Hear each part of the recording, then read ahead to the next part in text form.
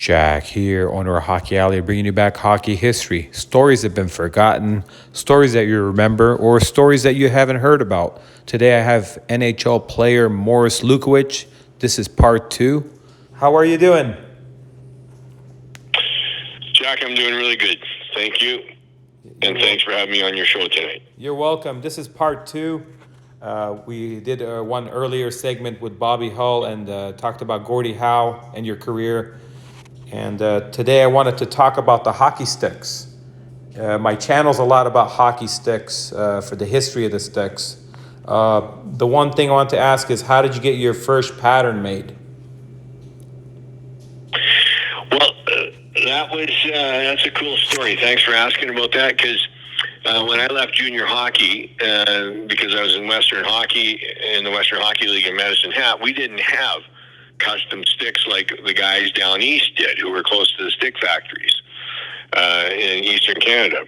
So it ended up that I used like a Hess Beller or I'm not even quite sure what stick I used in junior, but it was just a kind of off the shelf. There was nothing customized about it. So what happened when I got to Houston, went into training camp, I didn't have any hockey sticks. So here's a professional hockey player showing up for camp, doesn't have any hockey sticks. So it ended up that the captain of the team, Ted Taylor of the Houston Aeros, said, well, you know, you can use some of mine until we can get a pattern for you. So I said, well, sure. Now, the thing was, Ted wasn't really a goal scorer. He was more of a hack and whack kind of hockey player. And his stick was quite heavy, and it actually had a low lie on it, and which I didn't really realize at the time. I didn't know a lot about hockey sticks.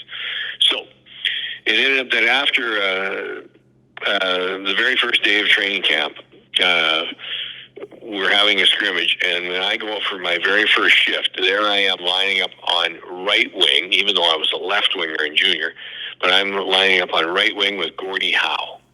And I'm just thinking, so we're at center ice. It was actually day two of camp because the first day all we did was skate. But so day two, we were out there, and I'm thinking, oh my gosh, like I'm just in the heights of happiness, and I'm playing on right wing with Gordie Howe. Literally, we take the puck and we go down the ice. We get a shot on goal. So now we go over to the goalie's glove side, to the left of the goalie for a face-off. And I go to line up for the face-off, and Gordie's at center, and I look over, and here's Mark Howe standing beside me. And I'm thinking, oh my gosh, this is so incredible. Like, Gordie's at center, Mark Howe's on left wing, and literally I look over and I'm just thinking, like, I'm just I'm so starstruck, and all of a sudden Mark takes and spears me. He spears me right in the groin. He buries about 2 feet of stick into right into my groin, and just gives it to me. And like, I haven't done anything. And so now Mark skates away a little bit, and I go to go after him because I'm going to pick a fight with him, even though Mark was an extremely strong guy, so I don't know how I would have done. But anyways, I was pretty upset, and I had lots of fights in junior hockey, so I'm just going after him. And a guy by the name of John Shella, a defenseman number 2, steps in front of me. He says, "Don't do that." And I said, "What do you mean? That ass just speared me. I'm going to go get him." He says, "Don't do it. Gordie will get you." And I go, "What?" He says, "Gordie will get you. Just let it go." And I go, "Really?" He says, "Yep." So little did I know. I mean, how I talked about Gordie was like a mama grizzly. Like, it didn't matter. Like, I could be on Gordie's team, and if I messed with Mark, I would pay a price. Like, there would have been stitches, or there would have been blood, or there would have been something. So it ended up that John Shella saved me that day. And so then that was one of my very first learnings in pro hockey, was leave Mark and Marty Howe alone, because Gordie would get you. I guess in practice one time, Terry Wiskowski had some kind of a run-in with Mark, and it ended up that Gordie cut Terry for like about a dozen stitches over the eye. Wow. So it ended up that it was about 2 days after that, and so I was playing, and I was having a really good camp. I was maybe struggling with scoring a little bit. I didn't really like the stick that Ted Taylor had given me. And the puck didn't really stay well on the stick. So it was about 3 days into the camp, and I was sitting in the dressing room after, and everybody else had left. And all of a sudden, Mark Howe was walking over towards me, and I'm thinking, oh my gosh. And he's got a stick in his hands. I'm thinking, oh my God. Is he coming to get me against the litter? I'm looking for a stick to defend myself, and I can't find one. And like, he doesn't have any equipment on or anything. He's just, he's got his dress clothes on, and I was still working out after the practice, so I've got my hockey gear on. And he comes over and he says, hey, Lukey, he says, I've been watching you for the last couple of days. And he said, you know what? That stick you're using there, Teddy's, that isn't your kind of stick. He said, you know what? It's a really low lie, and I've been watching how the puck is sliding off the heel of the stick all the time. And he said, here, test out one of mine. I've got a really high lie. It's a lie 7. And what you'll find is you'll be able to get away a quicker wrist shot. And just the way you skate, the puck will stay on your stick better. And I said, really? He said, yeah. He said, you know what? Test one out tomorrow. If you like it, I'll give you about a half a dozen until you can get your own pattern made. And I said, really? Wow. He said, yeah. You know what? These sticks are nice and light. They were a Northland, but they're a lie 7. They've got a nice little toe hook curve on it here. And he says, yeah, I think you'll really like this stick. And I went, well, thanks. So here's Mark, who just a couple of days before has just literally buried 2 feet of stick into my groin. Now gives me this stick to test out. And I fall in love with it. Like, it is a high lie, so that means the puck is closer into the feet. And could I ever shoot the puck quick with this? It was one of the things that helped me be a good professional, was that I had a very, very quick wrist shot. And it was because I used Mark Howe's pattern. Wow. And a lower pattern, you've got to take the puck as further away from the skates. So you've got to drag it in and get the shot away. And here, I had the puck right in close by my feet, and I could just pull it and fire it. And so I was able to trick a lot of goalies because of my quick shot, and it was because of that stick. So that's amazing. I mean, so that is still the pattern that I use today, even when I play old-timers hockey. Wow. I have kept that pattern all through hockey, even though it went from a wood stick, which was a Northland, to then it became a Christian stick when I was in Winnipeg, a Christian wood. Then it became a Christian aluminum stick with wood blades. And then it eventually has become a Sherwood composite, and just absolutely. The sticks nowadays, they are so beautiful. Like, I hardly have to flick my wrists and the puck is like gone. So, anyways, that's kind of the story of how I got my pattern stick. It started out with getting speared by Mark Howe. Wow. And then, and Mark Howe literally is one of the best guys I have ever met. He sold me his green Dodge van, shaggin' wagon, and my first year in Houston, I had so much fun in that wagon, by the way. And he's just, and his brother Marty is just an amazing guy also. So that's my first hockey stick story. Wow, that's awesome. But you got more hockey stick stories. Tell us more, because a lot of hockey enthusiasts want to know.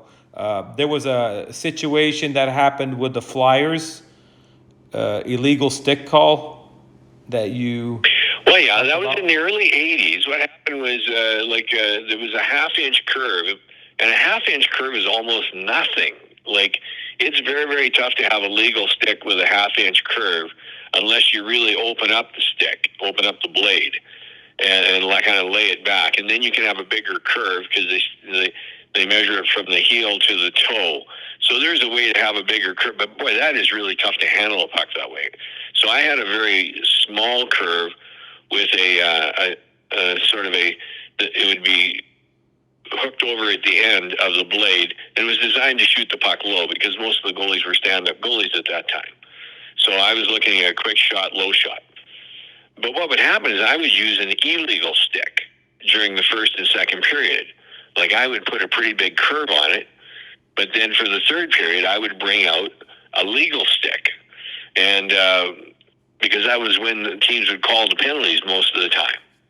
Now, the Flyers, in one of the early seasons of the 1980s, they were like 19 for 20 on stick calls.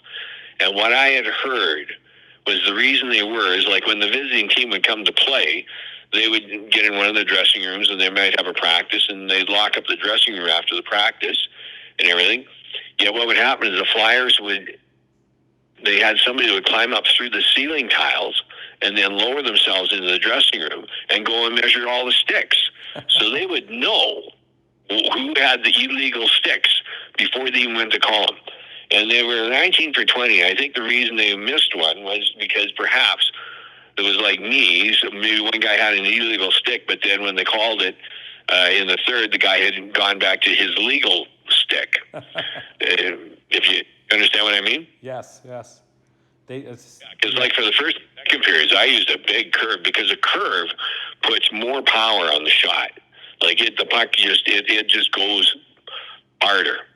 And but then in the third period, I would go and I'd hide my big curves and I would haul out a couple of legal sticks and take them out to the bench. So that was kind of the Flyers 19 for 20 on stick calls. And many guys, I bet, do the same thing you did over the years. I mean, just if you can get, if you can get away with it, and in Europe they don't have a rule. You can get away with it. You know what? Got to use every little piece in order to possibly win a game. So yeah, it's all about what the advantage. And you had a thing about the Jofa stick in Winnipeg that you were telling me. Well, yes, actually. So what happened was when Dave Christian came to play in Winnipeg, like there were Christian Brothers hockey sticks. Mm-hmm. So what happened was Northland at the time, which I believe I was using, were going out of business. And it ended up that with Dave coming, it ended up that most of us switched over to Christian Brothers hockey sticks. They were very nice hockey sticks. They were wood sticks. They were nice and light. And I used a Christian Brother hockey stick while Dave was in Winnipeg. And they were very, very nice hockey sticks. Now, when Dave signed with Washington as a free agent, it ended up that John Ferguson, who was our general manager, and who was a very, very good man. I love John Ferguson. He was a player's general manager.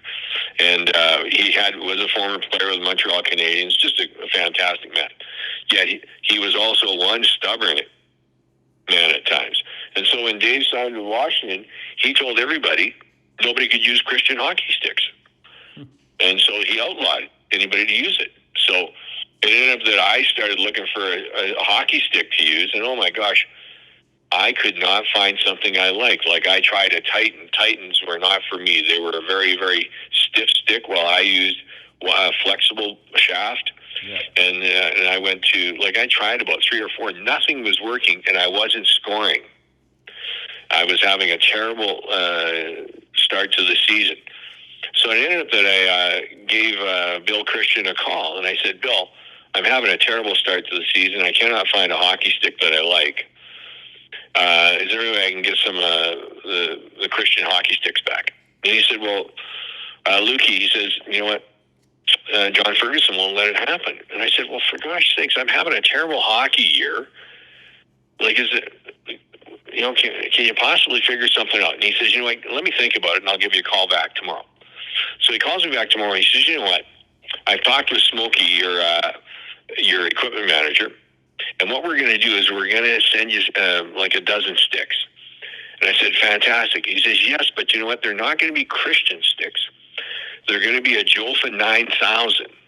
Oh. And I said, a Jofa 9000? He says, yeah, we're not going to have Christian on it. We're going to stamp it Jofa 9000. And I said, oh, so is there a Jofa 9000? He says, no, there isn't any such stick. He says, Jofa doesn't make any hockey sticks. And I said, okay, well, but so everybody will think that they're a Jofa stick. He said, yeah. And I said, well, okay, let's do that. So it ends up he sends these Jofa 9000s, and I said, but how are we going to get you paid? Then he says, you know what? not to worry about it. He said, we'll just go with it. And I said, well, fantastic. So I get these Jofa 9000s. They're beautiful. They're like the stick that I'm used to. And I start scoring again. And then I get back on a scoring. And so then, about 3 months later, I come into the stick room, because we had a dedicated room. It was just all full of hockey sticks. I come in, and here's John Ferguson standing where my sticks are. Uh-oh. And he has one of my Jofa 9000s in his hands. And I walk in, and I look at him, and we were just staring at each other, and I know I'm caught. Like, somehow, Bill must have invoiced the team for the sticks or something. Like, somehow he has figured out that this Jofa 9000 is a Christian stick. Oh, man. And so we're staring at each other. And I thought, wow, I'm caught. So I said, Fergie, I said, like, I know that's really not a Jofa 9000. And I said, it appears that you know that it's not a Jofa 9000. But I said, nobody else knows. Just you and me. And I said, I'm scoring goals right now. I said, with all that other crap that I was trying to use, I couldn't score. So you get to choose here. You can have me keep scoring goals, or you can get rid of these Jofa 9000s, and then who knows what's going to happen. Wow. And so we stared at each other for about 20 seconds. And then he said, and he fired the stick into the stick rack, and he says, keep scoring goals. And he walks us to the stick room. Well, I'm glad it worked out. It was a very cool moment between him and I. And yeah. And nothing was ever said about it again. And then I just kept using those sticks. That's great. There was another run-in with a manager also about sticks with Boston. Yes. What happened in Boston was when I got traded there from the Jets to the Bruins, I played some very, very good hockey. I believe it was in the spring of 1985. I got traded in February. When I went there, I played some very, very good hockey to start with. And then we were playing against the Islanders. And it ended up that I went back into the corner. I wish I hadn't. But the puck went into to the left of our goalie in the corner. And I went back to get it. And I took a look over my shoulder as I was going back, and I didn't see anybody.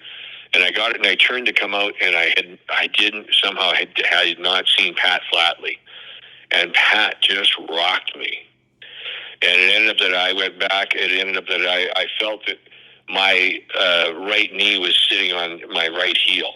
And they call it a high ankle sprain. Oh, my gosh, was this ever painful. But so anyways, I really had a brutal injury. And it ended up that that injury took over 6 months to heal. Wow. But so it ended up that we would tape it. We would put it in I think I took like a week off where we waited for the swelling to go down. And then we would tape it up in a cast. And I just really couldn't skate very good. And skating was my game. So I did not have a very good finish to that year in Boston. And only got played in one playoff game. It was really too bad because I could have really helped our team in playoffs that year, but not with a high ankle sprain. If you've ever had one, it's a terrible injury. And it was ready to go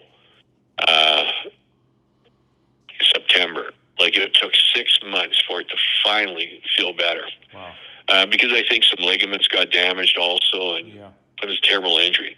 But anyways, so what happens is when we go to start the next season, I went to the coaches, Butch Goring and Mike Milbury, and I said, and I'd had a bit of a run-in with Harry Sinden. So Harry did not like me. And so when the very first day when they were doing interviews with players, I had kept track of all my workouts during the summer, and I had kept it in a book. Mm-hmm. And I had worked hard that summer. I was in fantastic shape. And so when we sat down at the table, before Butch and Mike started to talk, I said, Butch, I said, you know what, I know right now. Like Harry's got me written out of the lineup. I like Harry doesn't like me, and I know he doesn't want me around. But I said, you know what, just give me a chance. Just let me show you. I said I had finished that year last year on that high ankle sprain. Like I never got an opportunity to really show the player that I was. So give me a chance. Yeah. And Butch kind of stared at me, and same with Mike. They were like the deer in the headlights. And he says, "Okay, Luke." He says, "We'll give you a chance." And he says, "You're right. Harry's got you written out." He said, "So you better have a really, really good camp." And I said, "Okay, just give me the chance." So I led our team in scoring in the exhibition season. Wow. I had a fantastic camp. But the thing was, I'd only had 6 sticks. So then and I didn't know this. So it was a very cool meeting I had with Butch and Mike. Was at the end of the training camp, they said, you know what, congratulations, you made the team. Mm-hmm. They said, from the start you were written out, but you know what, you have been our best player and through training camp, and so you're in. And it was just a fantastic moment for me with that acknowledgement from Butch and Mike. Yeah. So it ends up that, but then I go and hear the trainers haven't got any hockey sticks for me because Harry had written me out, so they didn't order me any hockey sticks. Oh, man. So it ends up I had like 6 sticks, which then whittled down to nothing. And so then here I was back attempting to use somebody else's hockey sticks. So here I was trying to use Ray Bork's, because what happened is the stick factories are sort of open mostly in the summer when the training camps start. Whenever they kind of have shut down mostly. They've already got everybody their hockey sticks. Yeah. So then here we ordered these hockey sticks, and we were waiting. And it ended up that within about 6 weeks of my fiddling around with everybody else's sticks, Mike Taylene's I tried, Ray Bork's, but they were different sticks. They were different curves. They were different lies. It ended up I hit about 100 goalposts. And after, I don't know how many games in Boston, I had like 2 goals. Charlie Simmer had 17. And it ended up there was a sad meeting in Toronto where Butch came and said, you know what, we've decided to put you on waivers, and LA Kings have picked you up. And I just felt like crying because here I'd had this amazing training camp. Yeah. And I'll tell you what, for a guy who's a goal scorer, it is very, very tough to score with somebody else's stick. There's just, hockey happens very, very fast. And especially when I was used to my pattern, it was it was a real disappointment. So it ends up I get put on waivers.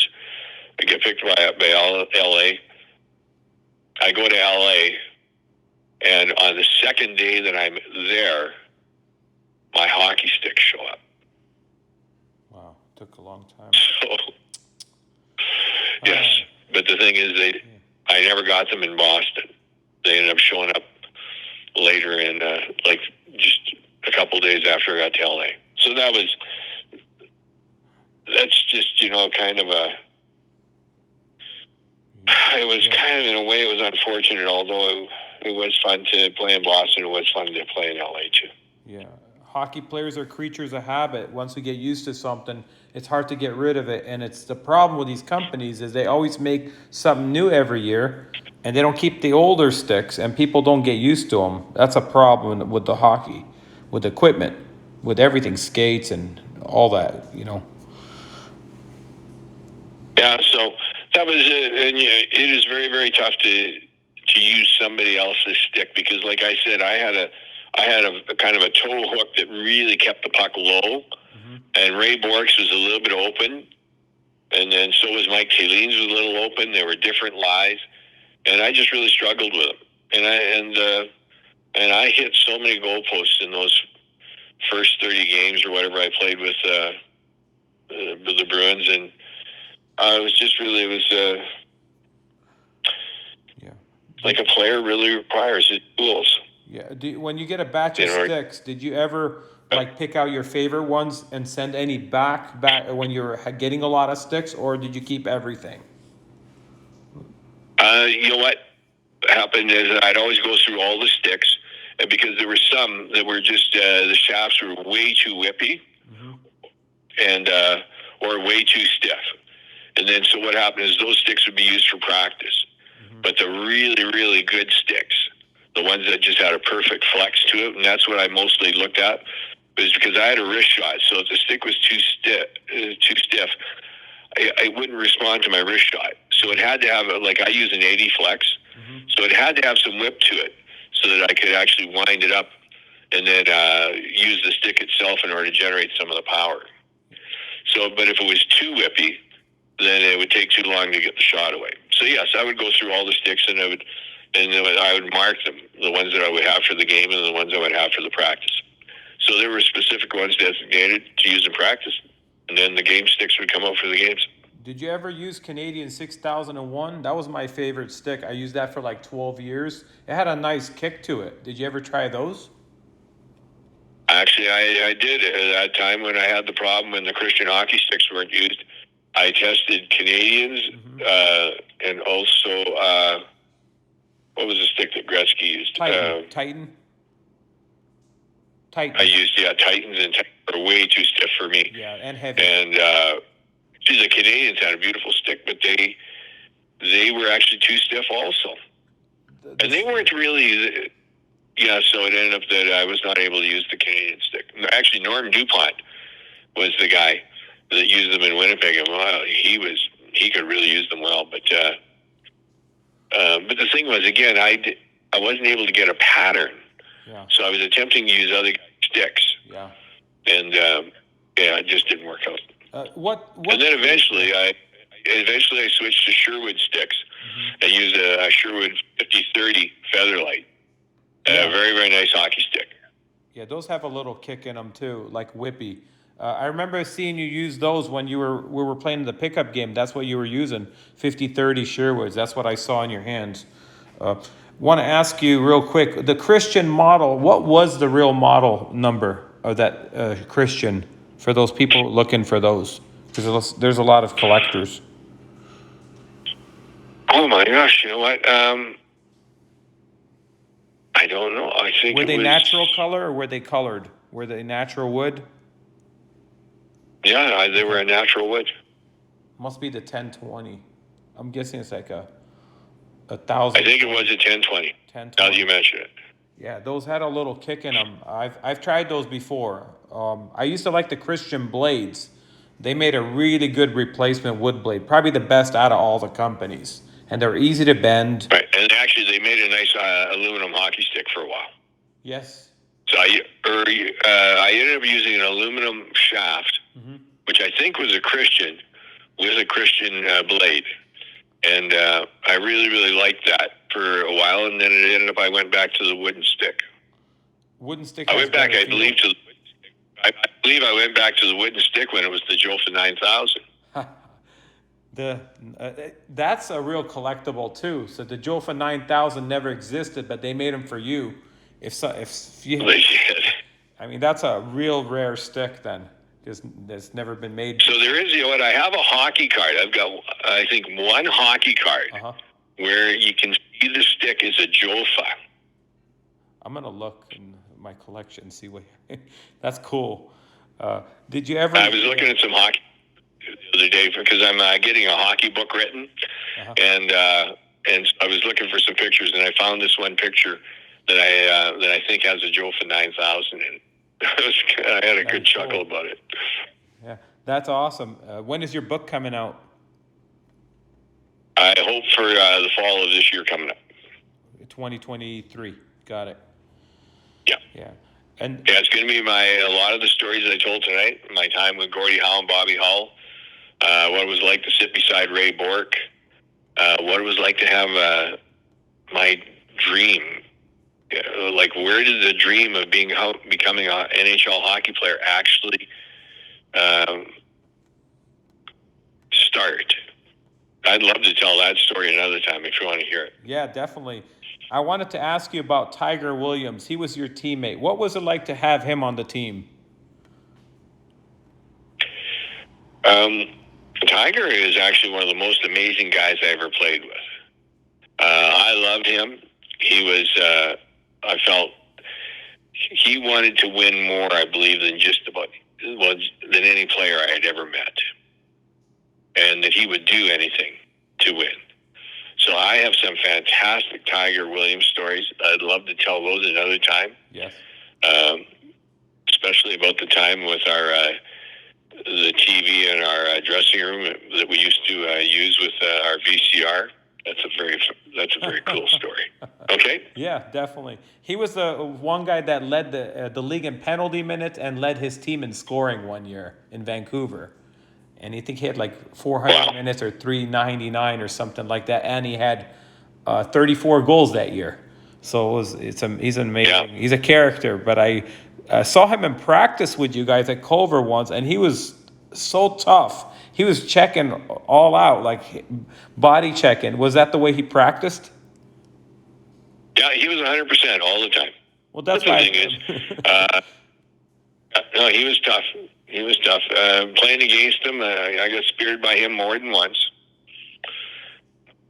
And I took swings at him with my stick more than once. Yeah. So. Yeah, we'll have to talk about that next segment. I want to thank you, Morris, so much for coming on and telling us all the great stories about the hockey sticks. I'm sorry what happened, and I can't believe this stuff would happen at the NHL level. Yeah, there is some crazy stuff, and you know what? Though everything happens for a reason, and you would think yes, and yet, like for myself to show, to actually go into the stick rack in Boston and say, to the trainer, where are my hockey sticks? Well, haven't got any because we were told not to order you any. Yeah. That was tough. It's tough. Oh, not fair. Absolutely not fair. Yeah. Thank you, Morris, so much. Okay, Jack, thanks. You're welcome. Have a great one. Talk to you soon. Okay, thanks. You're welcome.